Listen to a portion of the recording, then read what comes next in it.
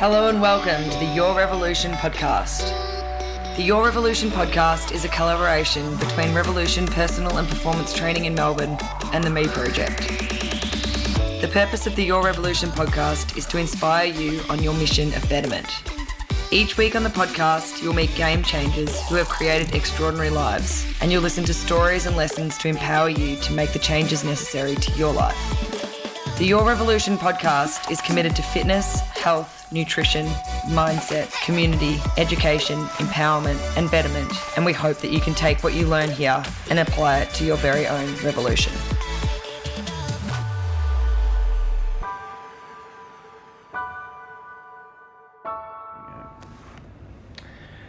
Thanks for tuning into episode 109. We are here at HQ with head strength and conditioning coach of Absolute MMA, Dan Howard. How you doing? Yeah, good man. It's good to be here. All right, thank you. Thanks for joining me on the Your Revolution podcast. Super excited to have you on and really looking forward to this discussion. Are you ready? Yeah, ready to go, man. All right, awesome. So before we dive in, I thought it'd be a good opportunity for you to firstly give our listeners a bit of an intro into who you are and your journey through health and fitness. Yeah. So it's nothing too fun to start off with, I'm afraid. But basically started off in England. It's something I've always been kind of fascinated about. That along with martial arts. I've started judo when I was like 7 years old or something like that. First class actually ended getting choked or something like that, and I think I cried halfway through the class or something, which isn't a good start to a martial arts career. But so started that off when I was 7. I've always been interested in training, interested in fitness, so I kind of built it up from there. And then, I've always been doing a bit of martial arts, whether it's judo or done a little bit of boxing back in England, a little bit of kickboxing. Never got unbelievably into it until I was about 13 years old. I was looking for something a little bit different.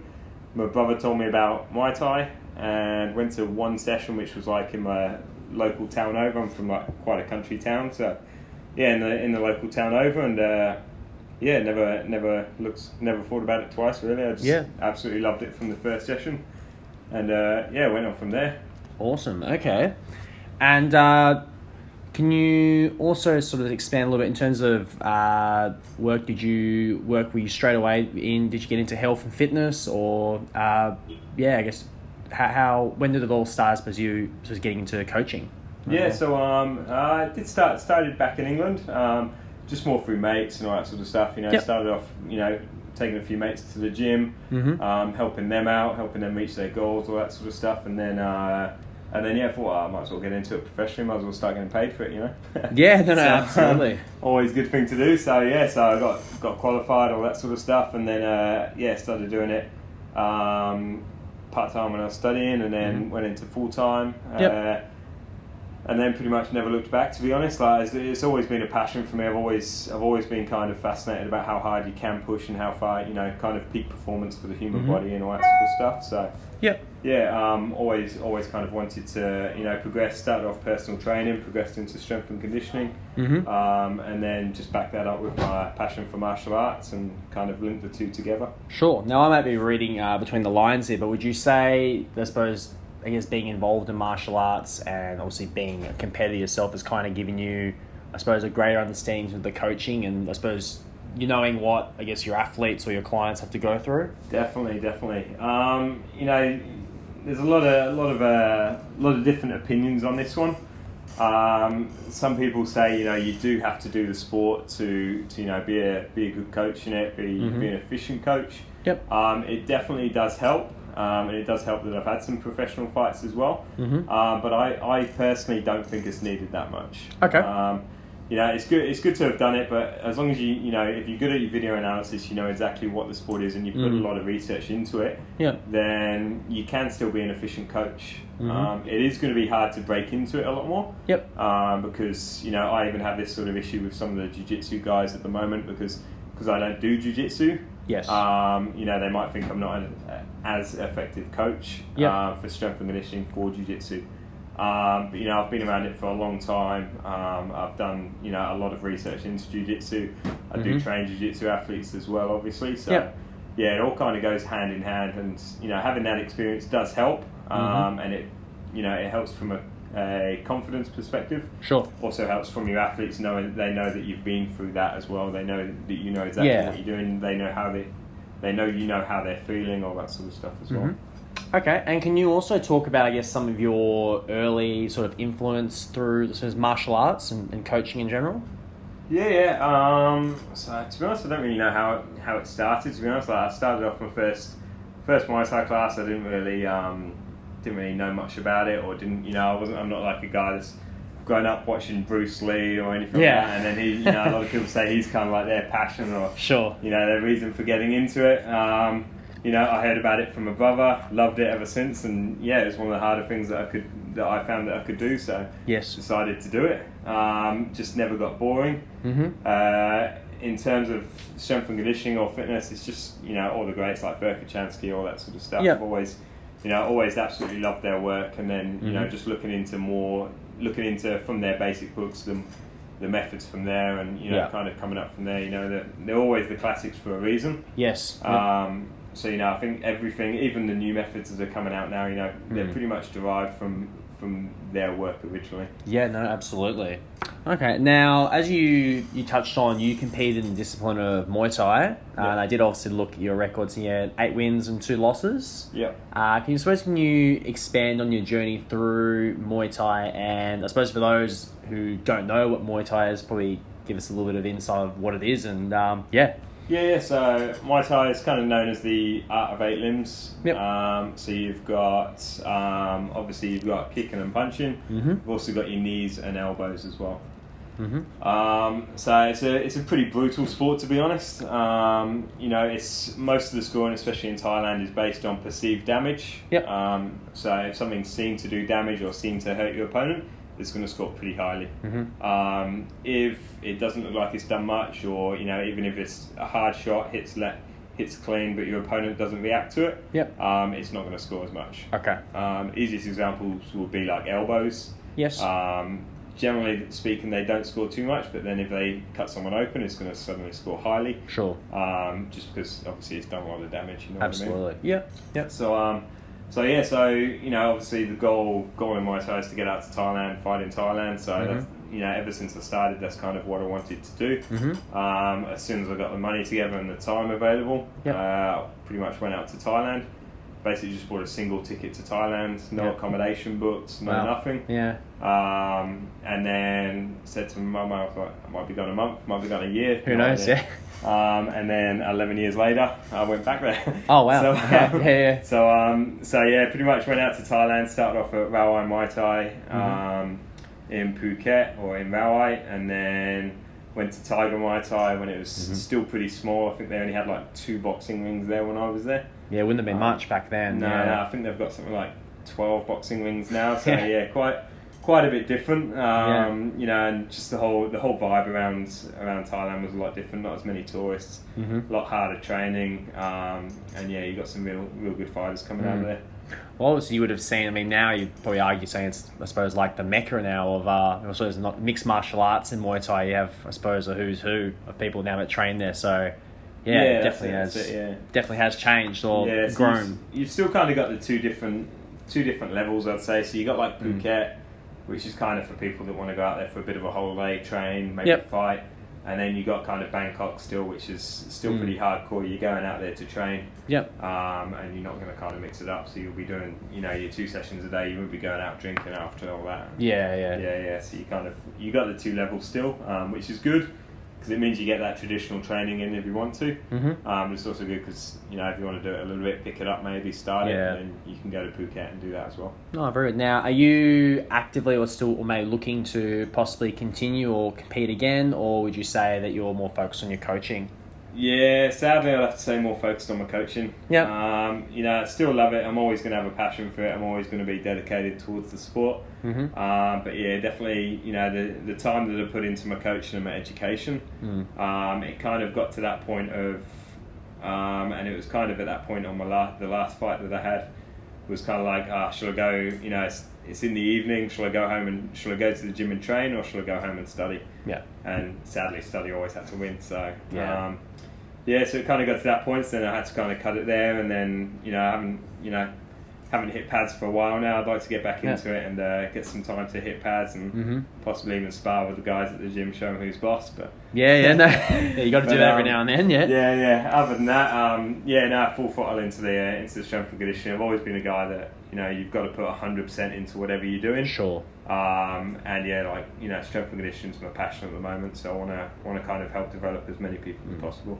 All right, so more about, I guess, your priorities and that. Yeah, that's it. Yeah. Okay. Well, that's actually a little segue into our next question, talking about your education. Can you talk about, I suppose, what you studied, and I believe you also did a mentorship at ESS Performance. Can you also, I suppose, touch on your experience there? Yeah. So, pretty much the exciting part of it would have started when I came out here. So I had to get my Cert 3 and 4 again. Yep. My old one didn't count for out here, so I had to get it again.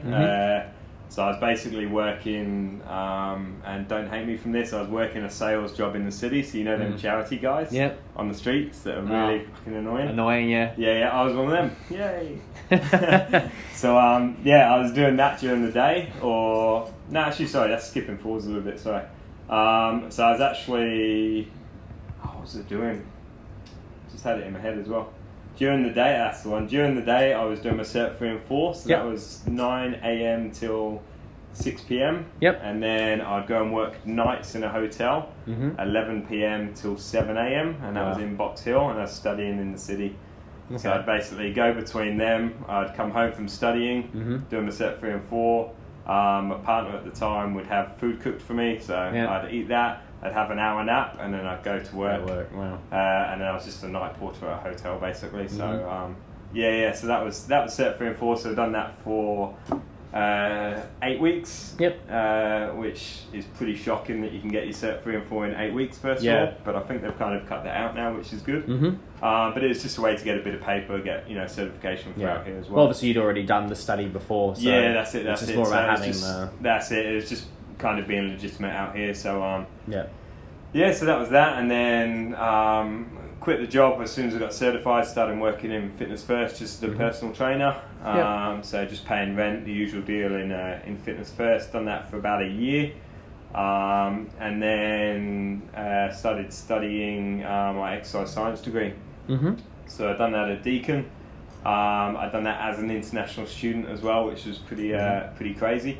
So I was working 60 hours a week and studying 40 hours a week to get my degree for 3 years. Wow. That's pretty crazy, and then I have to pay for my degree up front as well as an international Yes, you would have, yeah. So that wasn't too fun, but it's what you do. You got to do what you do, what you got to do to get there. And then started working at Absolute MMA when I was doing my degree. So I started off as a martial arts coach. Yep. And I was just teaching the Muay Thai classes with one of the other coaches. This is when we were a lot smaller. So started teaching Muay Thai there, and then just personal training on the side, and then got into more strength and conditioning. Tried to level up as much as possible, and then cut it short. Completed my degree, and then went down the ASCA stream. So I got a few mentorships, all that sort of stuff. Done the ESS Performance. That's right. Yep. So that was really good. So good to work with a lot of different athletes, because predominantly before that it'd pretty much just been in martial arts. Martial arts, yeah. So obviously I've done a lot of study through other sports, because that's where most of the research papers and all the books are from. Yeah. But so started working at started mentoring at ESS Performance under some really good coaches there, and working with a lot of different athletes, a lot of different levels. Started helping with a bit of programming for them. Completed the mentorship, and then worked a little bit with AFL, so Melbourne AFL team. Done a few hours with them in their return to training protocol, so their rehab protocol. That was really good fun, and then worked with a couple of smaller league teams, just to kind of get a bit of experience, help out a bit of the local communities, all that sort of stuff as well. Okay. Well, I'm glad when you said AFL, you didn't say football. No, I'm really, no, definitely not. Very good. Now, Alexa, you did touch on that you are the head strength and conditioning coach at Absolute MMA. Now, I suppose more of a broader question here is going into, I guess, someone that would want to get into strength conditioning. Would you say going down sort of like the personal training route is probably the best way, I suppose, to get exposed, and suppose, getting your hand and getting experience, or how? Yeah, I definitely think it is. And a lot of people give stick to the way that Fitness First is run, and all them mainstream gyms are run. But it's actually, it makes you work, because you've got to work, because you've got to pay a lot of rent. So you've got to be working your ass off to make it as a personal trainer. You've got a lot of competition. Which can be good or bad for some people. It depends how you take it. And then if you've got the passion for it, you're going to want to kind of progress from there. So you're going to be motivated to kind of get out, which I was. I was very motivated to get out of there, get out of the mainstream, and kind of specialize, really niche down into the strength and conditioning. So what was the question again? It was more so about how, I suppose, using I suppose in starting off, if someone wants to get into strength conditioning, it's going down more that personal training. Yeah, so it's good. And to be honest, I wasn't the best personal trainer either. So I wouldn't write a lot of programs for my clients. I'd kind of wing it, kind of go with how they felt on the day. So it kind of got me into auto-regulation as well, to be fair. It kind of got me thinking on my feet, which especially in martial arts is a big, big thing. But I was getting good results with my clients. It was all working, everything was working, and I was earning some good money to pay for uni and all that. So it couldn't have been too bad, but if I was to do it again, I'd pretty much do exactly what I have done. I'd go down the personal training route to get the experience, and it's going to give you experience with every type of body, every type of person, every type of personality. So it's definitely a good thing to do. Well, I suppose you also had, I guess, a unique path, because not only were you doing the personal training, but you also were doing martial arts teaching as well. So it was really, would you say, it's more about you've now been able to bridge them together. I suppose you had some good exposure early on. That's it. And that's what you kind of want to use it for. You know what I mean? I'm not into people doing personal training part-time or anything like that. I always believe you've got to be in it 100%. And I always knew personal training would never be the end goal for me. I always knew it's just kind of a stepping stone to get where I needed to be. And that's kind of where I am at the moment. So definitely. Yeah, no, absolutely. Now, with Absolute MMA, can you talk, I suppose, your day-to-day role and, I suppose more broadly, I suppose just talk about the sort of work that you do with your clients and also through the gym more broadly. Yeah, for sure. So obviously head S&C coach. So I program for the fighters in and out of camp. And I also program for all the Gen Pop classes as well. So the Gen Pop, the strength classes, and the high intensity classes. So I do all the programming for that. From a coaching perspective, I do one-on-one sessions with MMA, Muay Thai, and boxing athletes. MMA, Muay Thai, and BJJ athletes. And then I do group sessions as well with the fight teams. So I also run a couple of the Gen Pop classes at the moment, so the kettlebell strength classes and the high intensity classes. But programming we do for it is we kind of base it around fighter development or athlete development still. So even though it is for Gen Pop, it is designed with a purpose in mind. So it's not just designed for your usual weight loss or fat loss. So we try to design it, and we even do correct periodization throughout the months.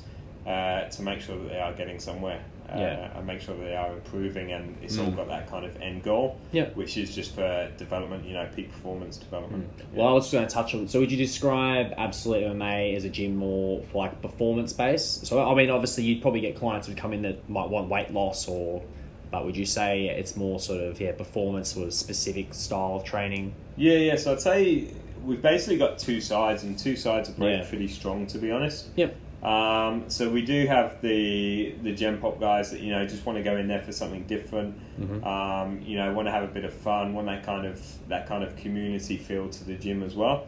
Absolutely. And then we are doing it, and we are still building out as much as we can. But then we've also got that performance side as well, which is for the fighters. I think next year we're putting something like 200k into the fight team. Wow. So for athlete performance, it might even be 300. I'm not 100% about that. Yeah. Into the fight team and athlete performance. So so we are trying to build that up as much as possible. Yep. And yeah, it's getting there. We're getting there definitely. But yeah, it's got 2 strong sides, and we're looking to develop both of them sides pretty much as we can.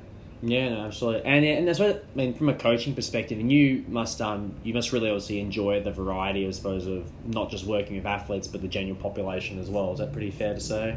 Yeah, definitely. Yeah, you know, I'm always going to have that kind of background. And I always see I can learn something from any situation and from any person as well. It doesn't matter who or what it is. I can always learn something. So yeah, I like taking a couple of the fitness classes and the strength classes. You know, it keeps you learning, keeps you getting in front of a lot of different people. And you know, it's always a little bit of fun as well. You know, like training the fight team can always be pretty serious, or you've always got to be on the ball as well. Yeah. Whereas with the Gen Pop class, you can have a little bit more fun and yeah. Okay, now I'm sure one question you probably get asked a lot in your field, especially someone who doesn't follow it. How would you best describe sort of the sport of mixed martial arts, and I suppose how it differs from some of the styles? I mean, obviously you talked about Muay Thai, but other ones that you may are in, such as like jiu-jitsu and boxing. Yeah, how would you describe mixed martial arts to? A lot harder. Yeah. So just from a training perspective, it is very, very hard to kind of fit in everything that you need to fit in. Sure. Obviously, every fighter is going to have his weakness. So you've got to work on that as much as possible, but then you can't take away from the other skills, even from your strengths. You know what I mean? Because that's where you're expected to be strong. Yep. So if someone sees a flaw in that, then you haven't got that anymore. So if someone sees a flaw in it, you might be going against, you might be a striker going against a wrestling guy. Yep. That means your striking has got to be on point. On point, yeah. Because that's your strong suit. If you can't take him down, then you're done. You know what I mean? So yeah, absolutely. There's so much to learn. I've got so much respect for the MMA guys, just because they have got to fit so much in every week. Like we track the training loads with the guys, and you're just getting some insane numbers, just absolutely crazy numbers. Yeah. And an example of that is actually I've done a whole periodization for an MMA fighter for my ASCA level 2, and I filled in the workbook, and on that it's got record your training load, and I've done it, and they actually questioned it because it's so high. Yeah. So these guys are just going hard every day. You've got to try and periodize it as much as you can. But so it's a mixture of every sport. You're focusing a lot on wrestling, especially from the statistics from UFC. Yep. Wrestling wins the fights. So, whether it's from a technical standpoint or just wrestling fitness, more specific fitness, wrestling's going to win the fights generally. So you've always got to do that, but then you've got to keep up with every other sport there is as well. So it's, the mixture of Muay Thai, boxing, you've got your BJJ game, you've got your wrestling game, your judo game, and then put it all into a situation where you can deal with it against the cage as well. Yeah, no, absolutely. That's a complete another element to it as well. Yeah. Now, I suppose talking about the expanding on the training demands of the sport of mixed martial arts, can you talk about some of the methods that you use with your fellow fighters? Yeah. So this is actually one of the reasons why I love strength and conditioning and martial arts, because a lot of other sports, and I've done it with the NFL, I've done it with the AFL, I've done it a little bit with soccer, basketball, a few different sports, and they've all got kind of their one key focus, or you've got one position which is going to have this focus, another position which is going to have this focus, and you kind of separate them guys for their training. Martial arts, you've got to be at the top of your game in every single aspect of training. So whether it's aerobic development, anaerobic development, power, strength, speed, everything's got to be at their absolute maximum. Yep. So I run my guys through a constant transition phase. So they're always looking to move to the next stage, and they're never kind of on one stage for too long. Yeah. So we can always keep developing their strength, their max strength, their repeated strength, max power, repeated power. Yep. And we watch their residual drop offs a lot as well. So we'll make sure we're not getting anything. We're not losing too much. Yeah. when they're in a fight camp. Mm-hmm. We always basically make sure they're looking to progress. Yeah. So you get a lot of other teams, they kind of have their pre-season where they're looking to develop, they get their adaptations, and then on season you're just basically looking to not injure people, to reduce injuries and just basically keep a good maintenance. We don't get that, so we just try to keep peaking them. Yeah. We don't want them to be in that maintenance phase for long, probably about a week or two max. Because if their fight pulls through and we've just had a long maintenance phase, it's just wasted a lot of adaptations we could get. Yeah. So we keep them on a constant transition phase, keep them working through their residual drop-offs just so they don't get too much, and then pretty much just go from there. Yeah. That actually was going to be my next question. Yeah. So I would say you would agree that the I suppose what's very unique about it is, like, so mixed martial arts, we don't exactly have, I suppose, like a pre-season, an off-season like some of these sports have, where it's very clear when you would put some of these sort of adaptations or obviously different training methods. But for an example, let's take that you have a fighter. Could you sort of expand on the type of work you would do, let's say 3 months out from a camp, 1 month, 2 months, like, I know it's a bit of a long question, obviously not to go to full, but I suppose how would you, explain some of the things you do, whether they're in camp, off camp, and I suppose maybe further expand your blasts. I'll run you through one of their off-season to... technically off-season sort of thing. So obviously we don't really have an off-season because most of our guys are always looking for fights, especially in Australia. There's just not enough competition out there. Yeah. So our guys are always looking for fights. Generally we'll have something in mind, like a show in mind that we want to get on. Yep. And we'll kind of train for that. If it falls through, we just go for the next one. Sure. At the moment, what we're looking at is we're going through triphasic when they haven't got anything booked, and this is probably about the 3 month away mark. So we'll go through full triphasic, starting with 4 weeks. So we do 4 week blocks. We do 4 weeks of eccentrics. So we'll slowly build up the time under tension in the eccentric movement. Then we go through 4 weeks of isometrics. Yep. So again, we'll slowly build up the time under tension at the isometric position. Yep. And then 4 weeks of concentric, so just trying to get the power development as much as possible. Okay. Keeping it around that 70% of their 1 RM mark. So we'll always keep it reasonably high for the first sort of like 12 weeks, 8 to 12 weeks.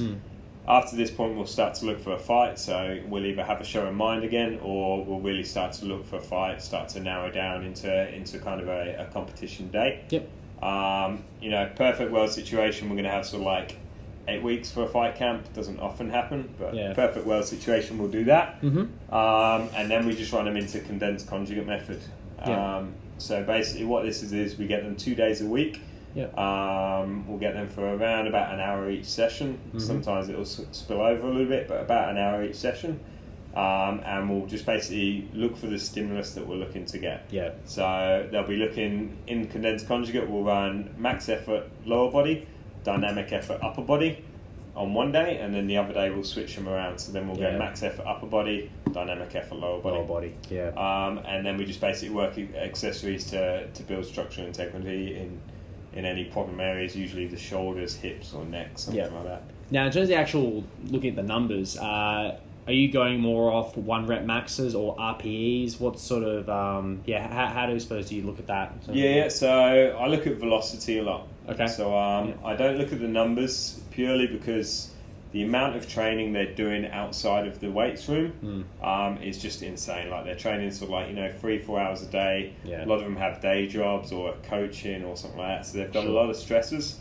One day their 1 RM might be 100 kilos. One day, the next day it might be 70 kilos. So I don't believe you can look at numbers. Some sports you can, especially strength sort of sports, you gotta look at numbers. Of course, but we look at velocity of the bar, so we'll slowly build up and we'll make sure they're on roughly the right velocity, or we'll chuck a velocity tracker on there. And then we'll basically go from there. So, we'll kind of auto-regulate on the go pretty much every session. You're looking to auto-regulate. You don't look at the numbers, you look at more the speed of the bar. And as long as we've coached lifting with intent properly, they should be pretty sweet.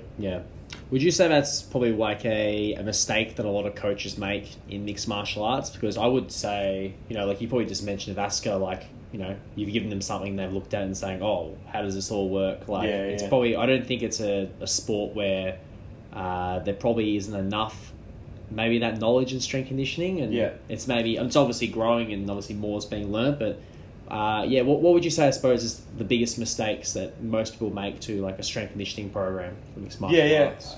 Yeah, I'd definitely say looking at the numbers. Yep. To be honest, that's not just for martial arts, it's for pretty much every sport. Unless you're on a sport where the numbers matter, like strength sports. What is it, I'm not going to go to my Muay Thai coach, he just lifted 100 kilos, put him in for a fight, you know what I mean? So they don't give a fuck, so why should you know what I mean? So as long as you know that putting maximum effort into every lift, and this is what I coach a lot at the moment, is everything we do is maximum effort. Yeah. You know what I mean? You're not doing anything half-assed, you're not doing anything, under the bar, you're doing everything is maximum effort, whether your max is 100 kilos and you're doing an empty bar, still maximum effort. Sure. So that's what we teach. Biggest problem would be looking at the numbers, not just for 1OMs, but pretty much for everything. If you're testing a lot, you've got to know why you're testing. Yep. And we generally don't do a massive amount of testing. I've got the numbers all on file, but I probably couldn't tell you any of my fighters 1OMs. Because I don't need to know it. You know what I mean? And I've started off, I've been that coach that has tested everything and done everything. Now we test grip strength once a week, and that's about it. So I know the numbers for grip strength, that's about it. Okay. Other than that, we know their weaknesses. Obviously, we know their range of motion. We know where we need to work on. But the biggest thing is if you're testing, know why you're testing. You've got a lot of the courses, and I'm not saying they're bad, but you got the FMS courses and all that sort of stuff. Why do you need to know some of them numbers? You just don't need to know it. You know what I mean? So unless it's going to cause, unless it's going to increase the chance of injury, or unless from knowing them numbers you can reduce the chance of injury, you just don't need to know them. So we keep it at velocity because that's always an accurate measure. Doesn't matter how tired they are, doesn't matter how fatigued they are, doesn't matter if they're injured, whatever it is. If you work into a certain velocity, you're pretty sweet. Okay. No, that's a great answer. Now, another thing we should touch on in training is fatigue, because I imagine that'd be something you would have to manage. As you said, there's for a martial artist, not only obviously to spend their strength conditioning training, you've got their actual technique work and their other conditioning and whatnot.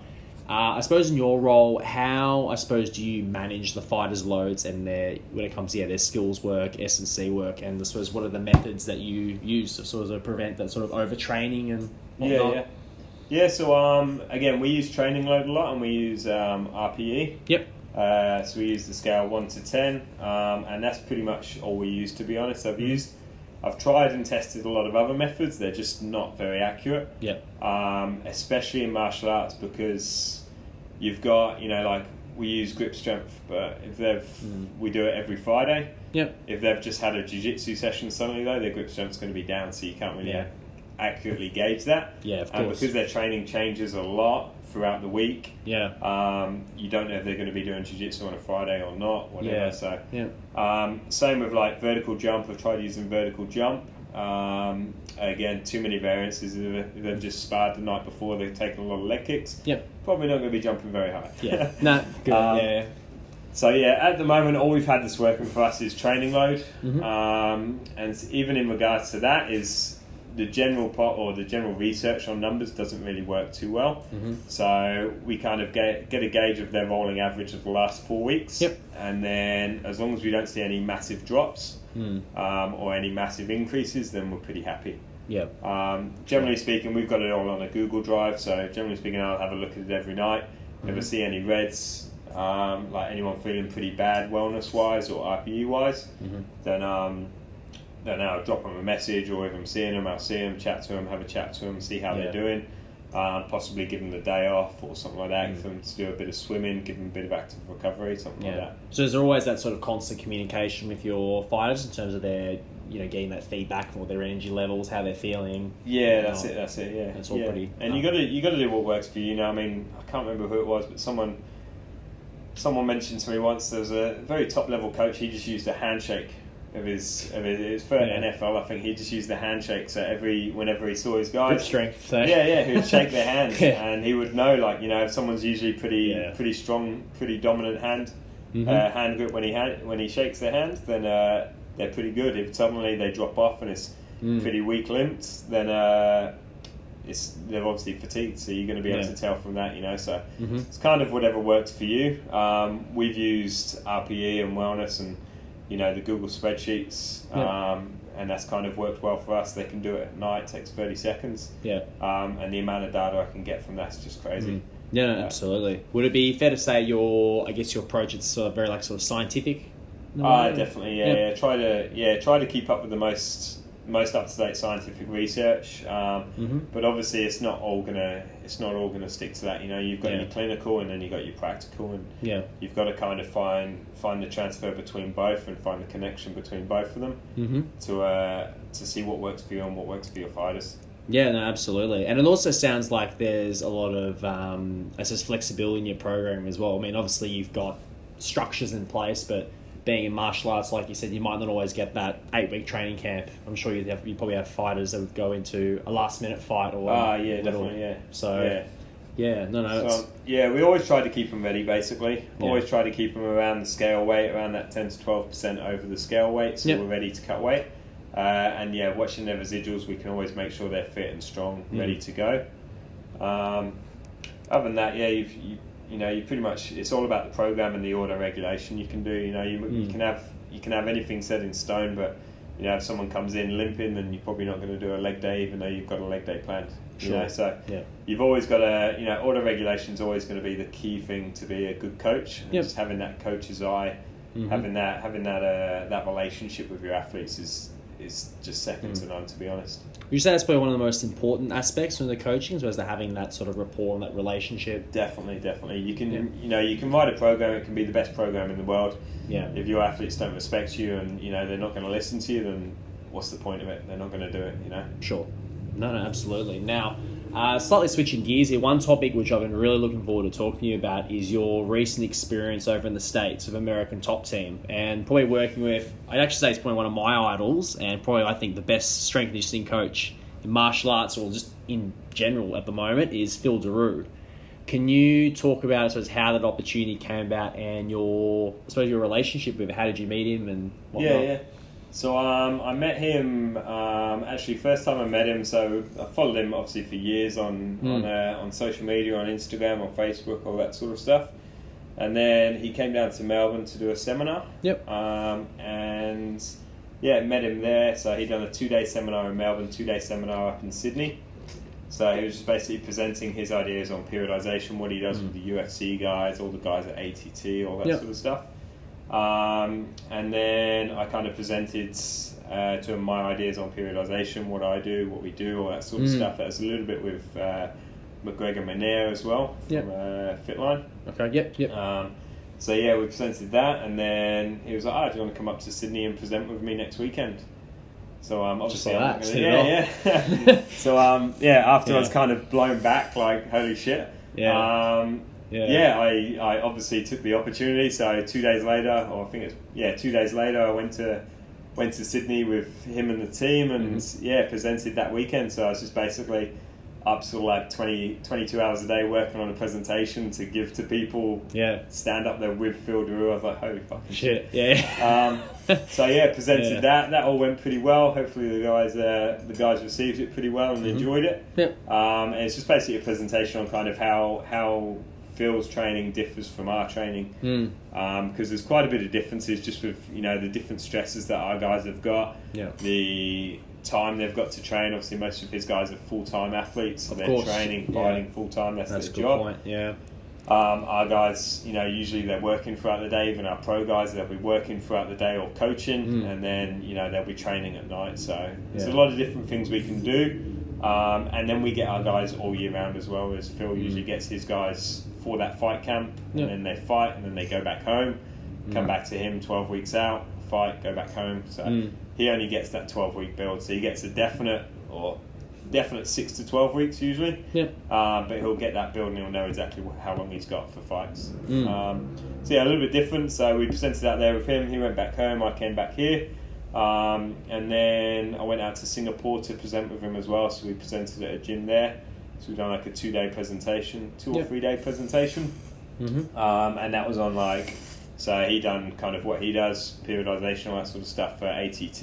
And then I done a presentation on velocity-based training, fatigue management, all that sort of stuff as well. So yeah, it's pretty insane roller coaster. It happened kind of all of a sudden, but that's what you got to do. You got to kind of take advantage of them sort of situations. Yeah, no, that was something that stood out for me because I think at the time I actually was looking to do his seminar, but for a reason I can't remember because I think I found out he was in Melbourne. I think there was a photo he put up. He had a maybe like a furphy beanie or something on. And I was thinking like, Phil Drew's in town. I was like, but. No, that sounds like an amazing experience. Now, I suppose one of my earlier guests side of my podcast, Christian Woodford. Now he really stated to me, especially I suppose in the private sector, just how ahead the States are, or America is compared to Australia. I suppose can you further comment on some of the differences you observed, I suppose, when being with Phil, and also comparing, I suppose, the methods that you applied over when you were with him at the States? Yeah. So I'm not sure. I think our top coaches out here are still level with the guys in America. You've just got a lot more top coaches in America. Yep. And you've got the education out there, so you've got a lot better education, a lot better facilities. A lot more money put into strength and conditioning. You know what I mean? Like you can tell just from like college teams are getting professional strength and conditioning coaches full time. Yeah. And it's a real big deal out there.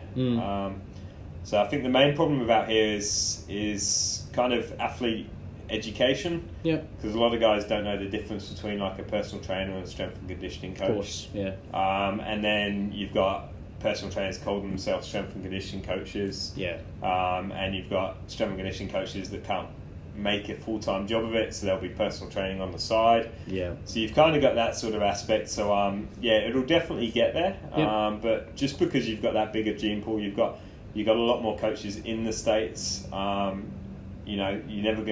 don't think we're ever going to have that many high-level coaches here as what we've got in the States. Yeah. Just because we haven't got the education, we haven't got the courses going on every week or every weekend. And we're not going to have that level of athlete as well, to be honest. Like, here we've got AFL, there they've got NFL. Yeah. There's probably a little bit of difference put into the money in the two different sports. Yeah. And the same goes with like UFC, for example. Like, they've got, a UFC or a UFC fight night or something like that pretty much every other week out there. Pretty much, yeah. Whereas we've got like 2 a year. 2 a year. So it's not to say we can't get that level, but we're never going to get as many people at that level. But yeah, you've got some very good coaches out here. You've got some coaches that I definitely look up to out here. And you have got the education. You've just got to look for it a little bit harder. Yeah. Okay. Yeah.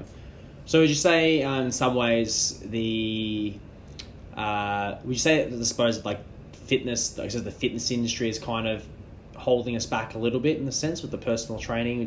How would you best? I mean, that's something I suppose Christian Woodford really is like. I touched on him in I suppose my episode is that he thinks that it's a very like sort of oversaturated market and.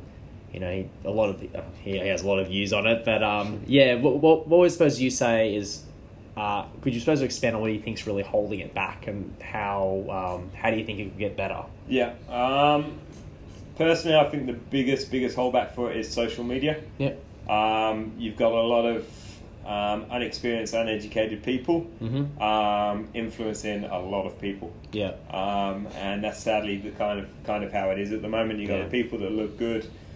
Take good pictures, take good videos, all that sort of stuff, influencing hundreds of thousands of people. Yeah.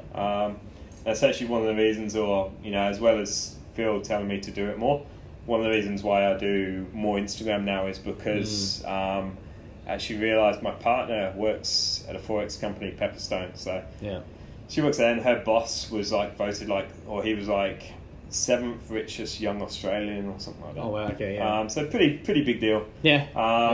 But so I looked into it a little bit more, and 6th richest young Australian is Kayla Itzines. So I was like, fuck, like if that was someone that's well educated, someone that's looking to really develop and really progress the industry with millions of followers, it would just be another story. Yeah. You know what I mean? And, you know, with education the way it is, you know, the online presence the way it is, all that sort of stuff, you know, it's a lot, there's a lot more now than there ever has been. But Absolutely. the rates of obesity are still going up. Yeah. So you've just got to look at the people that are influencing people, are influencing the thousands and thousands of people that are looking into it, and see where the problem is there. Yeah. So, I think it refers from social media. Yeah. In terms of education, you know, it is getting better. Like what I said, I done an 8 weeks at 3 and 4. Yeah. They're not doing that anymore, so that's a lot longer now, which is good. They're doing a lot more gym time, a lot more. You've got to get like mentoring hours and all that sort of stuff. Yeah. Which is only a good thing, so that's getting better. But you know, it's never going to outweigh what someone can quickly look up on their phone for the next training session or something like that. You know what I mean? So until we get that sorted, sadly, I don't see much change. Yeah. In terms of strength and conditioning, like we do have the ability to overtake America, I believe. Yeah. And that's because we've got the lower level team sports. Like we've got the VFL, we've got leagues below the VFL. We've got it in football, we've got it in rugby, we've got it in pretty much every sport. Yep. Whereas if you're looking at like NFL, like college level is like a massive thing out there. Yeah. You know what I mean? Like if you're collegiate level NFL, like you're pretty much a pro athlete almost. Yeah. Fair to say. So we've got a lot of lower levels that you can test stuff out of, and you can do your research on, and you can, you know, bridge that gap between clinical and practical. Sure. Whereas they haven't so much got that, and that's kind of what Phil uses me for a little bit. Is you know, his guys have got $500,000 on the line, my guys have got a couple of grand on the line. You know what I mean? Yeah. So you know, he can give me a method that he wants to try out, or do this or do that, or you know, look into a bit of research, and I can try it out with my guys. And then you know, I can report back to him. Yeah, it works. No, it's fucking dog shit. Whatever. Yeah. You know what I mean? So we've got that. You know, we've definitely got the ability to get there. Yep. It's just whether we push it enough, and we have guys like Christian Woodford pushing the name enough and really trying to develop the game. Yeah. No, absolutely. And I think you've actually done a very great job. I mean, I've even noticed, you probably talked about Instagram, like, not that obviously I think I've known you for a few years, but I suppose I have noticed how you've kind of seem to be more of us as you've blown up. You know, you're more, I suppose, popular, more present on it than you were, I suppose, in the past. And well, that's it. Like, I'm trying to kind of take a note out of Phil's book. You know, I'm very transparent in what I do. Yeah. If people ask me, you know, I get people message me every week about like, you know, why are you doing this? What you're doing? You know. Yeah. I've got a guy that wants to do this, or fighting in 2 weeks, he hasn't done any training or something like that. And, you know, I'm very transparent. I tell him exactly what I would do, how I would do it, all that sort of stuff. And that's kind of important, you know. And I always used to be kind of standoffish about posting stuff because what if someone questions it? What if someone doesn't like it? I'm like, who gives a fuck? Like, I know exactly why I'm doing it. So what does it matter? You know what I mean? Like, there's reasoning behind everything I put in a program, from, you know, one basic movement and movement prep to the, you know, the accessory stuff. So, you know, hopefully, I'm just trying to kind of be transparent and educate people and help out as much as I can. Yeah, no, absolutely. Well, actually, it's all high quality content. It's funny, like I've seen them notice that it's like almost everyone wants to keep like a secret of what they do, like their methods, and when really, like I said, it's probably, I suppose, I mean, I used to have that a little bit as well. I used to be sort of afraid to like sort of, you think like, if I put something up, you know, people will question it or say, my technique's terrible, I don't know, or that's it, and that's the thing. And like, you know, I'll be, you know, speaking of technique, I'll happily own some bad technique, you know.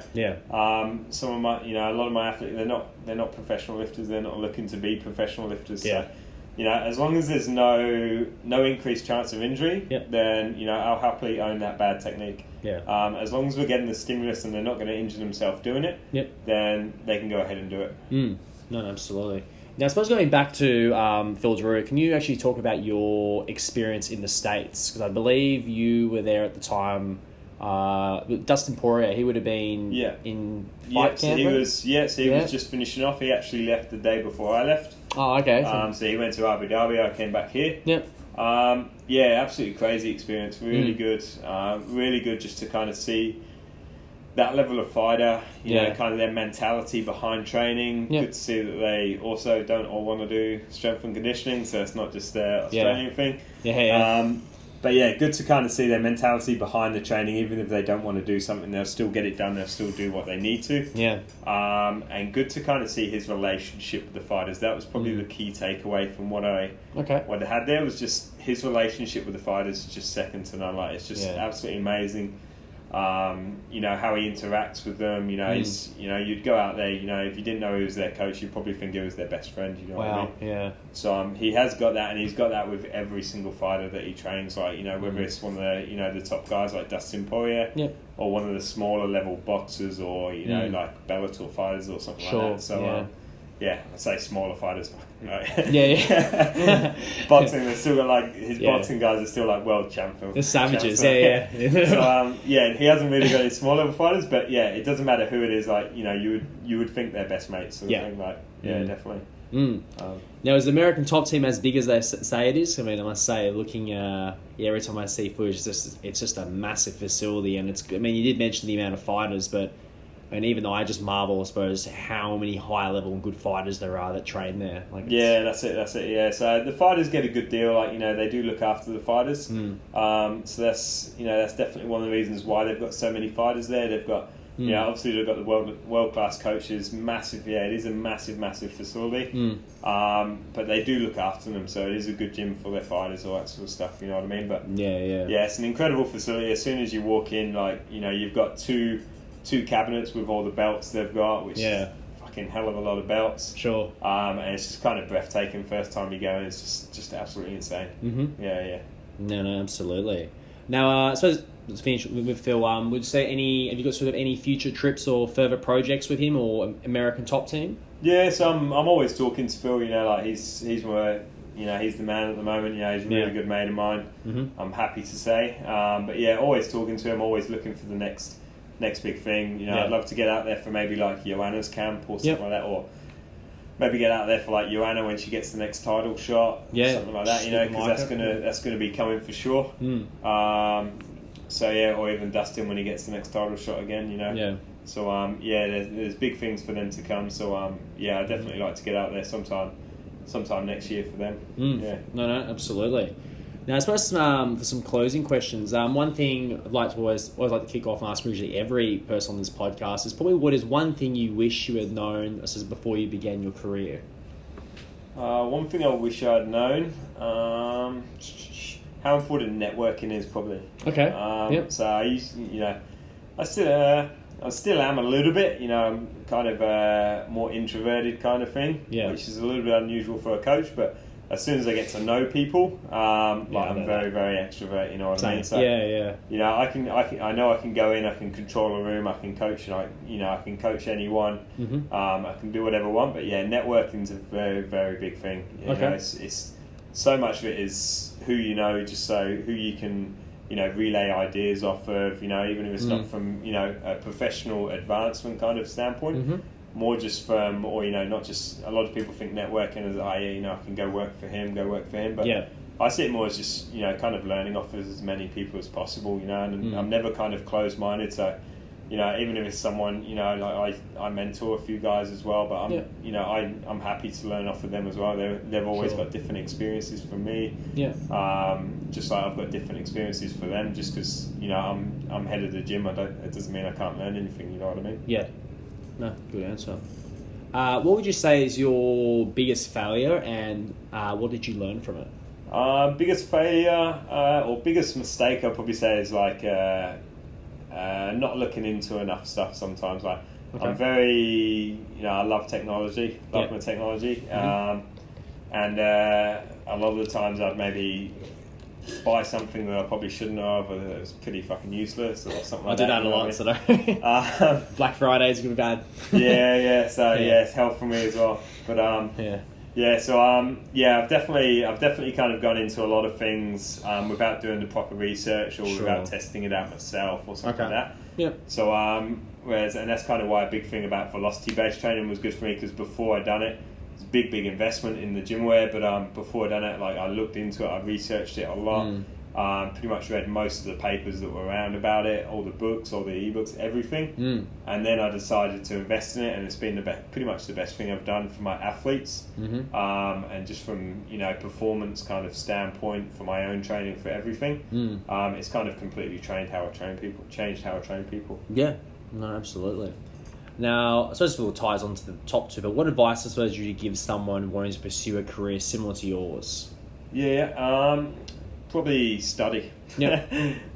You know, you're never gonna know everything. Yep. And I've definitely been at that point where I thought, oh yeah, this is, you know, I'm an expert in this now, and then I've read something else and I'm like, fuck, I don't know anything. No, yeah. You know what I mean? So keep study. You know, never think you're finished, and always look to progress to the next point.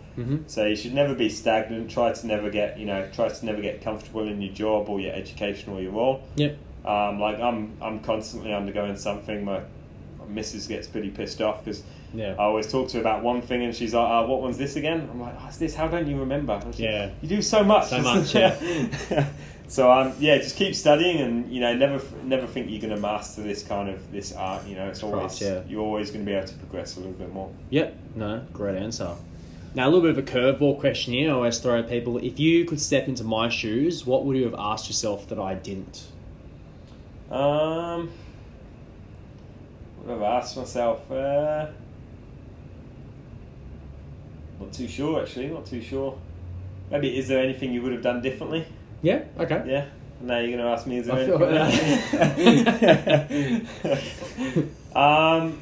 Probably would have started my education sooner. Okay. And definitely would have started networking sooner as well. Yeah. Definitely would have put myself out there as much as physically possible. Tried to work with as many different sports as possible rather than just kind of niche down in martial arts, which I did do later on, obviously. Yeah. Try to speak to as many people as possible, and you know, be more confident in what I do. Yeah. You know, especially starting off, I was always like, always kind of double guessing myself, questioning myself. Yeah. Just be confident in what you do, and you know, be confident in your knowledge and experience. Yeah. Okay.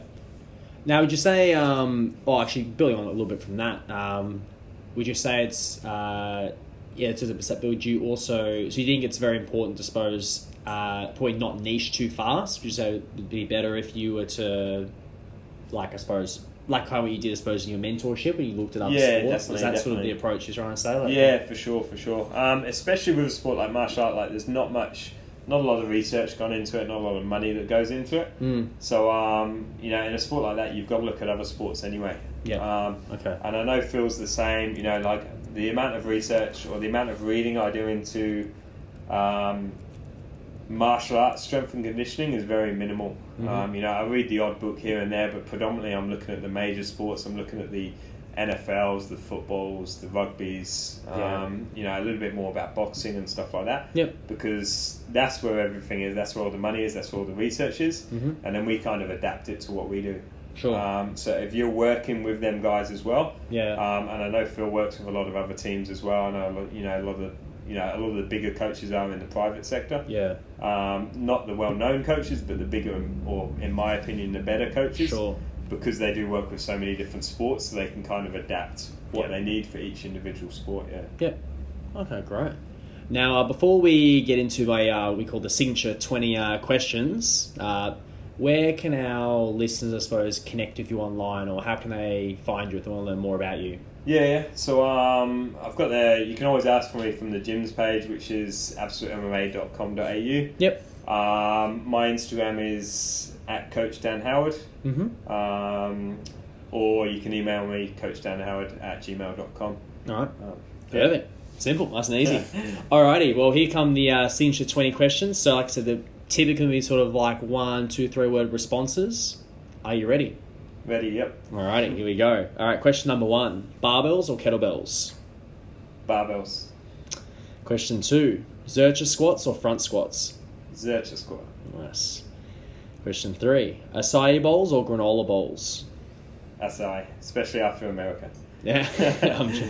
Question 4. Do pineapples belong on pizza? Yep. 100%. Very confident. That was a straight line. Question 5. Chocolate or vanilla? Chocolate. Yeah. Question 6. 3 things that you can't live without?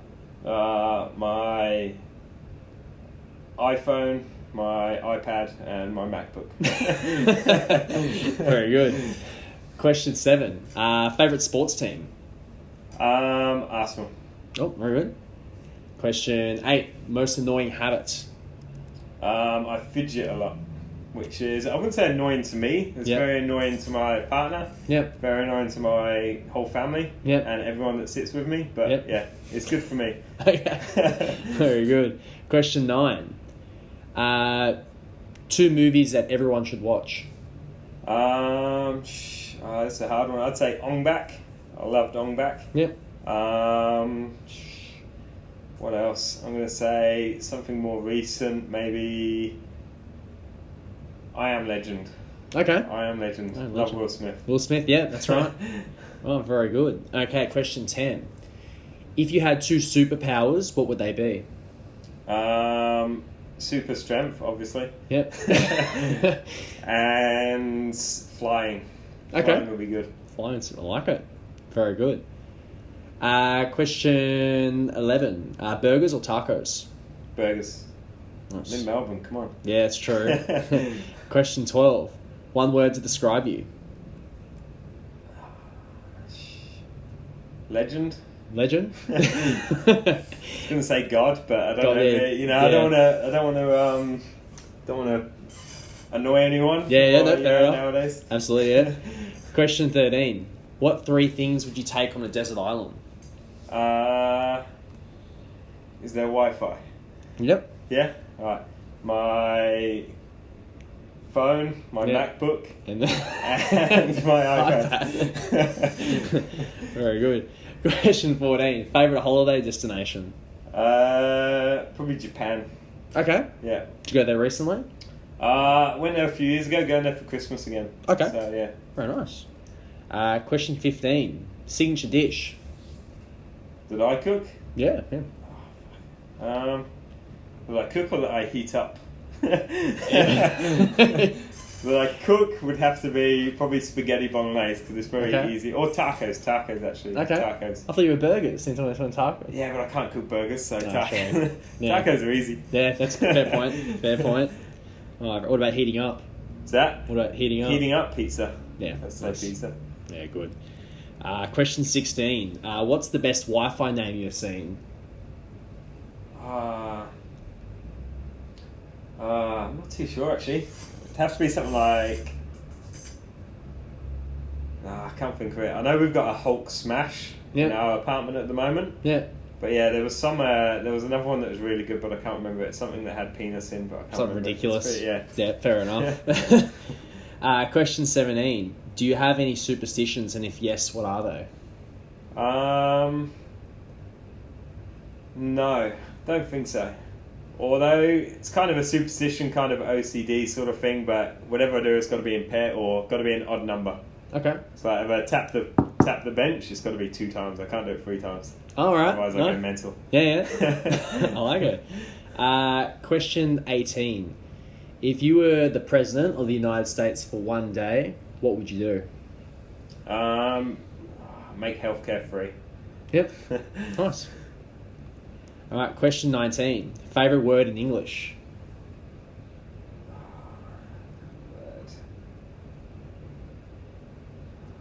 What would it be? Probably. I can't say that one. Definitely can't say that one. So probably dickhead. I reckon dickhead. Yeah. Yeah, it can be used in many different ways. Yeah, that's it. Yeah. Definitely can't say the other one, which was the C word. So. Yeah. No, fair enough. You said we can swear, but I probably wouldn't go that far. Yeah, no, good call. The guys that were there was some guys mentoring with Phil as well. They would know how much I like the C word as well. Oh, okay. You don't say it in America. Yeah. They warned me quite a few times. Oh, really? Yeah, if you're saying that in front of a girl, you're gonna get slapped. Oh, jeez, I would have thought that. So it's just us that use it. Pretty much. Yeah, I didn't know if it was us or English. I wasn't too sure on where we got it from, but yeah, I use that quite a bit. Okay, no, we're not going to say it now, so we'll leave it there. All right. Question 20. What is the most ridiculous fact that you know? Ridiculous fact that I know. It's a hard one. Nah, drawing a blank on that one. Most ridiculous fact that I know. I learned this one a couple of weeks ago actually, so this will be interesting. There you go. So if you count, starting from 1 upwards, each number, what's the first number that your lips will touch? I feel like I should just try this now. 1, 2, 3. Could be a long podcast, guys. Oh wow, okay. I got no idea. 50? 1 million. What? Yeah. 1. Oh, true. Yeah. Crazy. Wow. Geez, you've come through with a very good one there. Wow, okay. Nice. All right, very good. Well, as I said, this is episode 109 of the Your Revolution podcast with Dan Howard. Thank you very much for being on, and stay tuned for the next one. Thank you. Thank you very much. That was good fun. All right. Boom.